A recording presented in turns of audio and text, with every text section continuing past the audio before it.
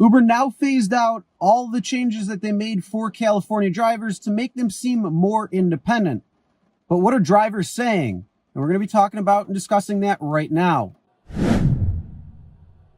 Hey everyone, my name is Chris and welcome to the Rideshare Guy. Today we're going to be discussing the changes in California now that they've taken effect and drivers are not happy about it. We're going to discuss what the changes are as well as what are drivers actually saying about it. So in response to AB 5 being passed and a threatening lawsuit towards Uber and Lyft when it comes to trying to find out if drivers are really independent contractors or employees, Uber decided to make several changes to the app, to the driving experience, to make drivers more independent so they would pass that ABC test so they wouldn't be considered employees but actually independent contractors. Then they had the whole thing with Prop 22, which Prop 22 was passed. And at that point, Uber could have changed those changes back already, but they continued on for a few months after, which they just changed and took all those changes away. Now, those changes were the ability to see the pickup and drop off location.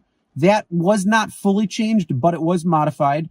And also the ability to have multiplier surge whenever there was a surge in that area, as well as being able to set your own rates. And that was probably the biggest thing because you could do a fare multiplier up to 5x. So whatever Uber's rates were for that particular market, for that particular area, you could actually multiply the rate up to 5 times and you would earn that amount.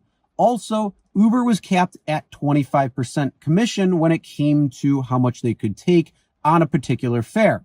All that is pretty much gone, or at least been modified, and drivers really are not happy about that. Now, because Prop 22 became law, it pretty much takes away the entire debate of whether drivers are independent contractors or employees in the state of California.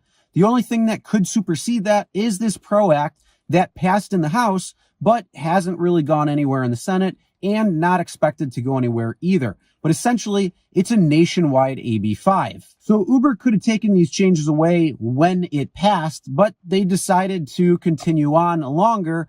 And it kind of gave drivers a false sense of security because they're like, oh, we can actually continue on. And this isn't that bad because I can put my multiplier up to 5x if I wanted. I would get multiplier surge. So that was great. I was able to see the pickup and drop off location. So if the ride was 20 miles away and it was only going down the street, well, it really wasn't worth my time. There's no reason to worry about that. And Uber's fees are capped at 25%. So this is actually pretty nice. So now Uber decided to take those changes away, and they're saying it's because of the reliability of the app and the end user experience being a rider. And they're not able to get rides, they're not rebooking, they're not making money, whatever it might be. That's their claims on the reasons why they're taking it away. It's the only company I know of that says, hey, here you go, here's something to use. You're using it as a driver, you're using it to make money. And then they're like, well, it's not working for us, so we're going to take that back. Sorry, but it is angering a lot of drivers. All you have to do is just go on to Reddit, go into comments, go into different videos, go into the news. Drivers are talking about it and they're not happy. And it could actually have a real impact on Uber in California. Now, not only that, drivers are also having protests. There was just a protest in San Francisco this last week talking about these changes and some of the things when it came down to it. The biggest thing that they're claiming is the problem is not being able to set their own multiplier. They're back to whatever rate is in that area, in that market, in the state of California. So that might be 60 cents a mile. That might be 80 cents a mile. It could be something like that. And it's really infuriating drivers because they might have been getting paid $2.50 a mile, wherever they set their rate at, that it would work according for them and making the money. Some drivers were clearing $2,000 a week, maybe $2,500 a week, even up to $3,000 a week in the state of California when they were using different strategies that the app had given them, including setting your own multiplier and seeing the pickup and drop off locations.